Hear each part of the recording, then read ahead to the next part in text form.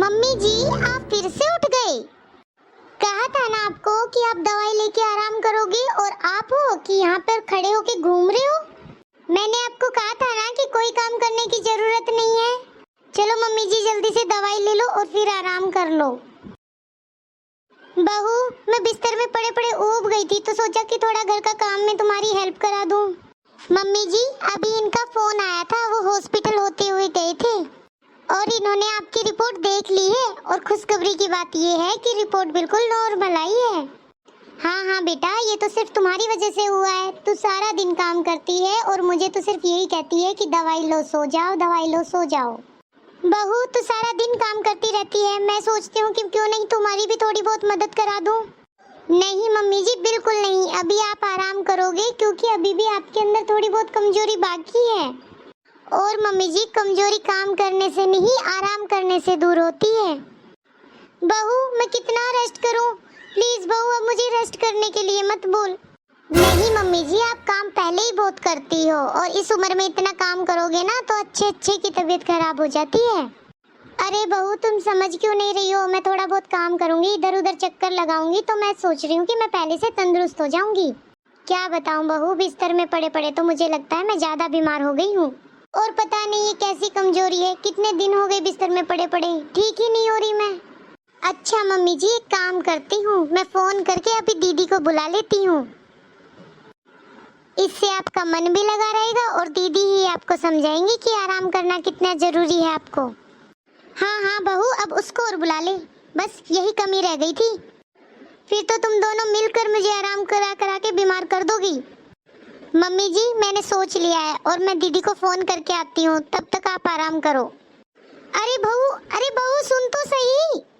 भाभी। अरे दीदी, आ गए आप? आ जाओ आ जाओ। भाभी, क्या बात, मम्मी की तबीयत अब ठीक तो है ना? आपने अचानक ऐसे फोन करके क्यों बुलाया? अच्छा हुआ दीदी आप आ गए, अब आप ही मम्मी जी को समझाओगे। अच्छा, ऐसा क्या कर दिया मम्मी ने?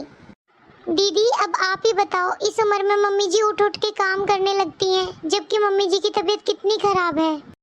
मैं तो उनको बोलती भी रहती हूँ, उल्टा मुझ पे ही गुस्सा करती हैं।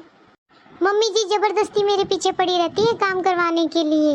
मैं उनको बोलती हूँ कि मैं अकेले काम कर लूंगी, लेकिन नहीं, मम्मी जी को किसी की नहीं सुननी होती। अब आप आ गए हो ना, अब आप ही मम्मी जी को समझाओ।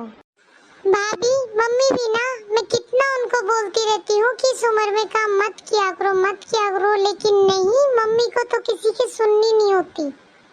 अभी जाती हूँ मम्मी के रूम में, देखती हूँ मम्मी क्या कर रही हैं। हाँ हाँ दीदी, आप जाकर मम्मी जी से बात करो, तब तक मैं आपके लिए चाय लेके आती हूँ। हाँ भाभी, बात तो करनी ही पड़ेगी, ससुराल में भी मुझे मम्मी की कितनी टेंशन रहती है। ठीक है, मिलकर अच्छे से समझाती हूँ मम्मी को। हाँ दीदी, मम्मी जी अपने कमरे में हैं। मम्मी, आपकी जिद की वजह से मुझे ससुराल से यहाँ आना पड़ रहा है। रोज रोज ससुराल से यहाँ आना अच्छा भी नहीं लगता मम्मी। बेटा, मैं कहाँ जिद कर रही हूँ? मम्मी, मुझे तो लगता है भैया भाभी के पैसे बचा रही हो। मेरे भैया भाभी तो इतने अच्छे हैं कि आपके महंगे से महंगे हॉस्पिटल में इलाज करा रहे हैं, पर मुझे लगता है आपको खुद को ही ठीक नहीं होना। आप ही भैया भाभी से जिद करते होंगे कि मुझे तो सस्ते से हॉस्पिटल में ले चलो, तभी तो आप ठीक नहीं हो रही। और आप इस उम्र में काम इतना करते हैं, कोई ये उम्र है आपकी काम करने की? भाभी बता रही थी मुझे कि आप भाभी के मना करने के बाद भी बिस्तर से खड़े हो जाते हो और काम करना शुरू कर देते हो। बेटा, डॉक्टर तो सभी अच्छे होते हैं और ऊपर से तुम्हारे भैया भाभी मेरा इतना ख्याल रखते हैं, बहुत ज्यादा। मम्मी, आप क्या सोचती हो, मैं इस घर में नहीं रहती तो क्या मुझे पता नहीं रहता? मेरी भाभी मुझे पल पल की खबर देती है और स्पेशली आपकी तो बहुत ज्यादा। और देखो, अभी मुझे फोन करके बुलाया है कि आप खड़े होकर काम करने लग जाते हो। बेटा, रोज रोज बिस्तर में पड़ी रहूंगी तो मुझे शर्म भी आती है और ऊपर से पैसे भी तो कितने लगते हैं। मम्मी, कितनी जिद्दी हो आप, मुझे क्या पता नहीं है? जब मैं कुंवारी थी तब भी आप ऐसे करते थे। कितना भी मना कर लो आपको, लेकिन आपको तो करनी अपनी मर्जी है।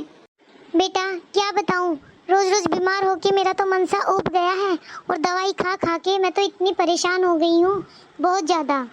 अच्छा, अब तू आई है तो चल मेरा एक काम कर दे, मेरी जो अलमारी है ना, उसमें एक गहने का बॉक्स पड़ा है, वो मैंने लाल कपड़े में लपेट रखा है, जरा वो लेके आना। गहने का बॉक्स, उसका मैं क्या करूंगी? अरे मैं बोल रही हूँ ना, जा लेके आ। ठीक है, लेके आती हूँ। देखना बेटा, हाँ बेटा, लाल कपड़े में नहीं है, पीले कपड़े में है और ऊपर ही रखा हुआ है। लो मम्मी, मुझे उधर कोई बॉक्स नहीं, ये पर्स मिला है। लो मम्मी, क्या करोगे इस पर्स का? हाँ बेटा, इस पर्स में कुछ गहने हैं, वो तू रख ले। क्या? मैं क्या करूंगी इसका? मम्मी, मैं क्या करूंगी इसका?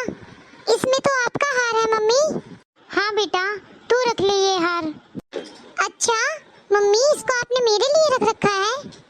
हाँ बेटा, इसमें एक सोने का हार है और सोने की कंगन है, और ये दोनों चीजें तेरे लिए निकाल के रखी थी मैंने। बहू दिन रात करे सेवा और बेटी ले जाए गहने, ये क्या बात हुई? मम्मी जी का इस रूप का तो मुझे पता ही नहीं था। मैं मम्मी जी का कितना करती हूँ, उनको डॉक्टर के पास भी मैं ही लेके जाती हूँ, दिन रात सेवा करती हूँ, पर मम्मी जी भी ना, उनका बदला ही नहीं है मेरे लिए मन। सही कहते हैं लोग, बहू तो आखिर बहू ही रहती है, कितनी भी सेवा पानी कर लो सास ससुर की, लेकिन उनको कभी नहीं दिखता। दे दो बेटी को सब कुछ, अब करवा लेना मुझसे सेवा। ये सास लोग भी ना कभी भी बहू की माँ नहीं बन सकती। इतनी सेवा तो हम मायके में अपनी माँ की भी नहीं करते जितनी की हम यहाँ पे सास की करते हैं। और सारा दिन हाथ में चाय पानी देती हूँ मैं मेरी सास की, कितनी सेवा करती हूँ मैं इनकी। हमेशा कहती रहती हूँ मम्मी जी ये काम मत करो, वो मत करो, लेकिन नहीं, इनको तो बुढ़ापे में सिर्फ अपनी बेटी ही नजर आती है।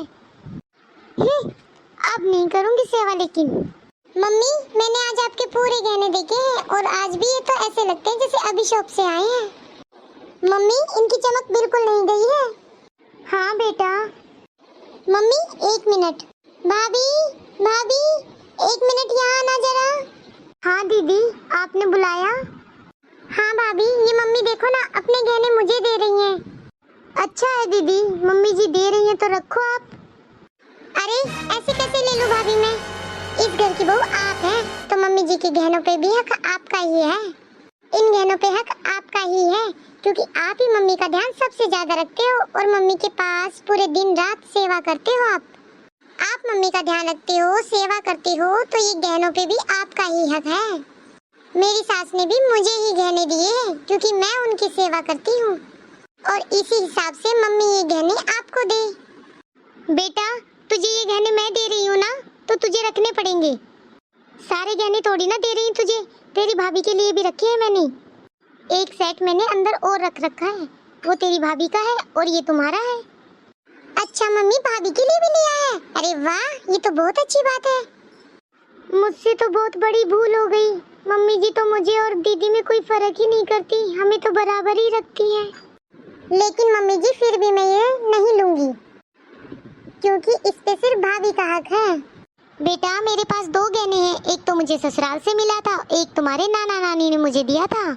एक मेरे मायका का है और एक मेरे ससुराल का है, तो एक तुझे दे दूंगी और एक तेरी भाभी को। मेरे लिए तो तुम दोनों ही बराबर हो और मेरे लिए तो तुम दोनों ही बेटियां हो। मैं ऐसे नहीं मानती कि वो बहू है और तुम बेटी हो। देख लो मम्मी, आपको जैसा ठीक लगे। बेटा, मैंने तुझे जन्म दिया है और तुम मेरी बेटी हो और तुझे मैं टाल नहीं सकती, और ये इस घर की बहू है तो इसका भी पूरा हक बनता है। मैं तुम दोनों में कभी फर्क नहीं करती।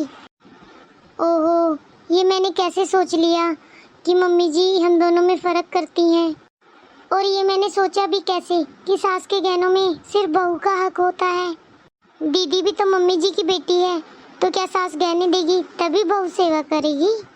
अब तुम ही बताओ, मेरे कौन से 3-4 बेटे हैं जो बहुएं आपस में बांट लेंगी? मेरा तो छोटा सा परिवार है, एक तू है, एक तेरा भाई है। बेटा, ये तो 2 गहने थे जो मैंने बराबर दे दिए, पर बेटा तेरी जगह बेटा हो जाता तो उसको भी तो मुझे पूरा हक देना पड़ता ना। और इसलिए मेरे लिए मेरी बेटी बहू कुछ नहीं है, मेरे लिए तो दोनों मेरी बच्चियां हैं। मैंने तुम दोनों को हमेशा बराबर रखा है।